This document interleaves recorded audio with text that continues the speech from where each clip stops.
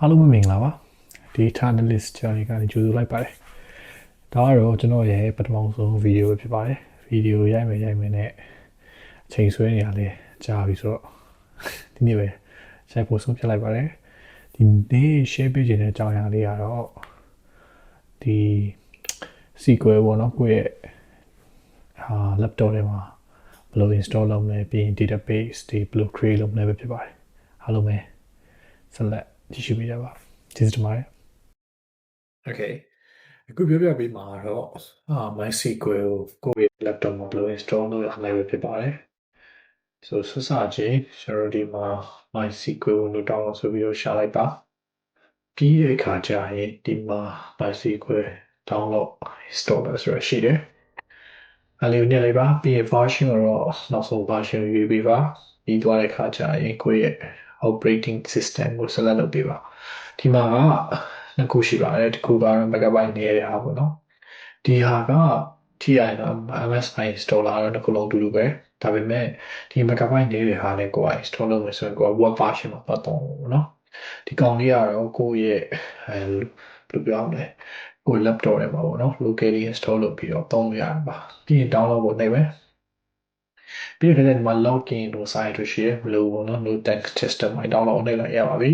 ကျွန်တော်ကတော့စောင့်ပါဆိုလို့ download ကြိုးလို့ထားရနေမှာပါအဲ့တော့ဒီဘက် click နေလိုက်မယ်ပြီးရင် yes ကိုယူလိုက်မယ်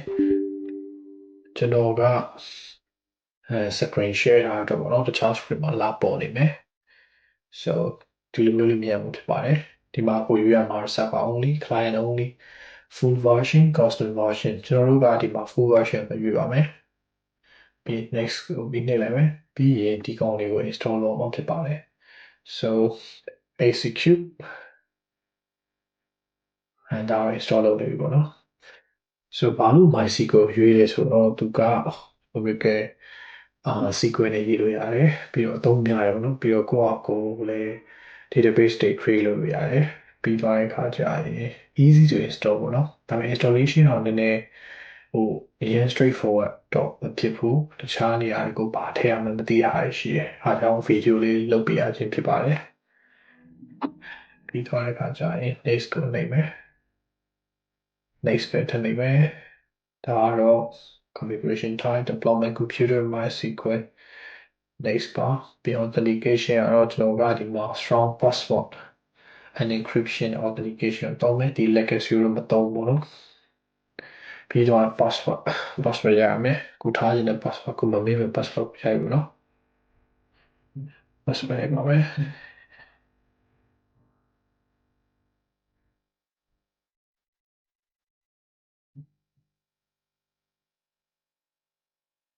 ဘာလို့အဒီလေးပေါ်နေလဲမသိဘူး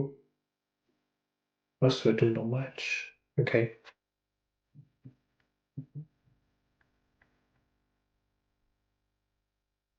okay we get here okay is fine ဒီ password ကိုမှတ်ထားမယ် next ပြီးရင် server name ကဒီ server name က already exit လို့ပြနေတယ်ဘာလို့လဲဆိုတော့ကျွန်တော်ကတစ်ခါ install လုပ်ပြီးသားပေါ့နော်ဒါပေမဲ့ uninstall လုပ်ပြီးပြန်ပြီး install ပြန်လာလို့ပြောင်းလိုက်မယ် MySQL 81ဆိုပြီးတော့ okay next name ပဲ who is this yes next name ပဲ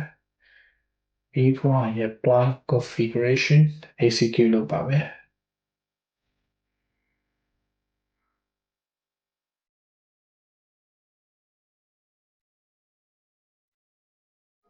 okay နောက်ဆောင်မယ်အခုရှိရတော့အကုန်လုံးက straightforward ပါပဲ okay then finish product ready to configuration okay next နေမယ်ပြီးရင်ဒီမှာကသူက management username ရှိပုံနေရှိမှတ်ထားပါ test connection power လို့များ finish ပဲပေါ့နော် so not good next နေမယ်ဒီက password ခဏ password ကိုပြင်ရမယ်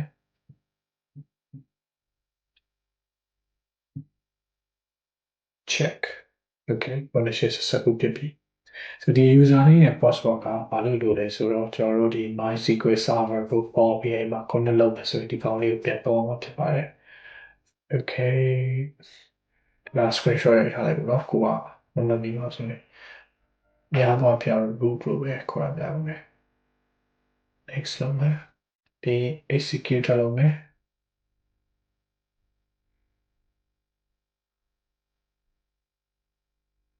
okay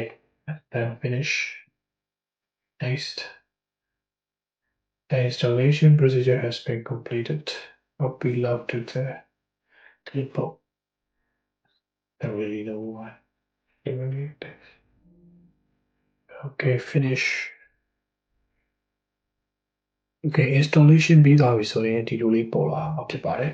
ဒီဒါလေးပေါ့နော်ဒီမှာဆိုရင်ကိုယ့်ရဲ့ local host name လေးပါတယ်ပေါ့ပါတယ်ဒီကောင်လေးပါခုနကဒီမှာကိုယ့်ရဲ့ password ကိုရိုက်မယ်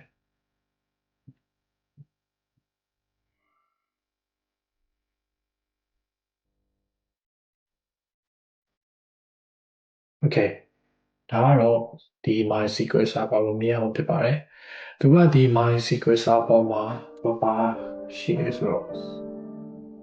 သူကဒီမှာ database အသေးလေးထည့်ထားပြီးရမလို့ schema လေးမကြည့်လို့ရတယ်ဒီမှာ tables တွေပါတယ် views တွေပါတယ် table name ဆိုဒီမှာတော့ actor ပေါ့နော် so if we do let's job from actor လို့ရတယ်မယ်ဆိုရင်oh select start from actor သူကတခုခုမှားနေတယ်ဟုတ်ပါတယ် schema နဲ့ထည့်ပြမှာပါသူမှာ schema 3ခုရှိတယ်ဒါကြောင့် schema နဲ့ထည့်ပြရမယ်ဒါပေမဲ့ရေးလိုက်ဒီလိုမျိုးကြာလာမှာဖြစ်ပါတယ်ဒီမှာကိုကြိုက်တဲ့ SQL ဘာညာလုပ်လို့ရပြီပေါ့နော်နောက်တစ်ခုက our majority ကမသုံးချင်ဘူးကိုယ်ပိုင် database create လုပ်ချင်တယ်ဘယ်လိုလုပ်မလဲ database ကလည်း create လုပ်လို့ရပါတယ် database create လုပ်တဲ့နေရာမှာဘာလို့လဲဆိုတော့ကိုကsyntax စီကိုလိုတယ်ပေါ့နော်အခုခေတ်ကြီးကအရင်ဘယ်လိုပြောမလဲ AI အနေနဲ့အရင် develop ဖြစ်လာရဲဆိုတော့ database create လုပ်ရတာလည်းအရင်မခက်တော့ပါဘူးဘယ်လိုလုပ်လို့ရလဲကျွန်တော်ပြပေးမယ်ဒီပါပဲတခါလေ ChatGPT ကိုသွားမယ်ပြီးရင်ရေးလိုက်ရပါပဲ I want to create a database in MySQL local server can you help me do here database wait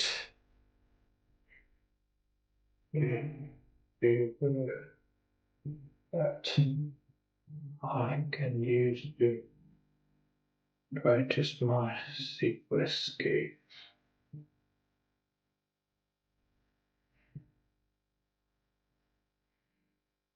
Hello, to the Polari. I'm sorry to go. The model. Use of database go practice database will be created. Will be the web. Be try. Digulame. Okay, practice database. Go to enter.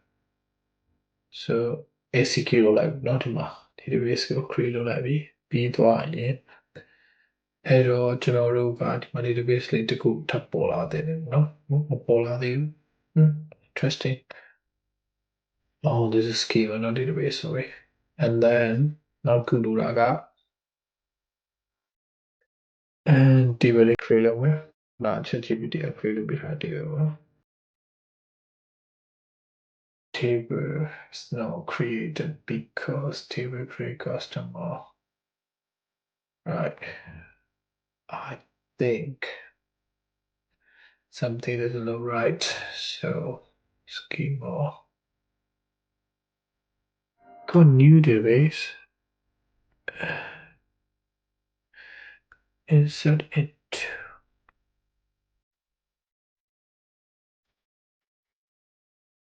နာက ChatGPT က create လုပ်လေးရဲ့ base ကတခုမှားနေပါတော့အဲ့တော့ကျွန်တော်ဒီကူးလာတဲ့ကုတ်ရှိရယ်ဘယ်ကနေကူးလာလဲဆိုတော့ YouTube က LSLS ဆိုတဲ့ YouTube channel ကကူးလာပါ so basically ဒီသူလောက်ထားတဲ့ code ကို run လိုက်မယ်ဆိုရင်ဒီမှာ database create လုပ်မှာပေါ့နော်။ drop database if exit ပြောချင်တာက database ရှင်ဒီ database ကို drop လုပ်လိုက်ပေါ့နော်ပြီးရင်တော့ဒီ database ကို create လုပ်ပေးပါ name က parks and recreation လို့ခေါ်ပါတယ်ပြီးရင်ဒီ park and recreation ဆိုတဲ့အောင်သုံးပြီးတော့ဒီ database ဆောက်ပြီးတော့ပေါ့နော် okay secure လုပ်လိုက်မယ် secure လုပ်ပြီးပါပြီ execute လုပ်ပြီးသွားပြီဆိုတော့ကျွန်တော်တို့ဒီ data တွေသုံးလို့ရတယ်ပေါ့နော်ပြောရမယ်ဆိုရင်ဒီဟာကို free လုပ်ပြီးသွားပြီဆိုတော့ကျွန်တော်တို့ဒီ data တွေကြည့်လိုက်ကြရအောင်ပေါ့နော်ထောက် employee salary တွေပဲတည်ချင်တယ်ဆိုတော့ကျွန်တော် copy လုပ်လိုက်မယ်ဒီတော့ပါ staff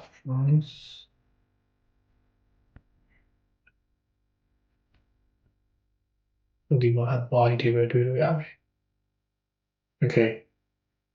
ဒီလောက်ဆိုရင်အားလုံးပဲဘယ်လိုမျိုး database တွေ create လုပ်လို့ရမယ်ဒီလောက်ပြီးထင်ပါတယ်ခုနက ChatGPT မှာအလုပ်မဖြစ်သွားတာကကျွန်တော်ထင်တာကတော့ဒီ use parks and recreation ဆိုတဲ့ဟာမပါလို့ထင်ပါတယ်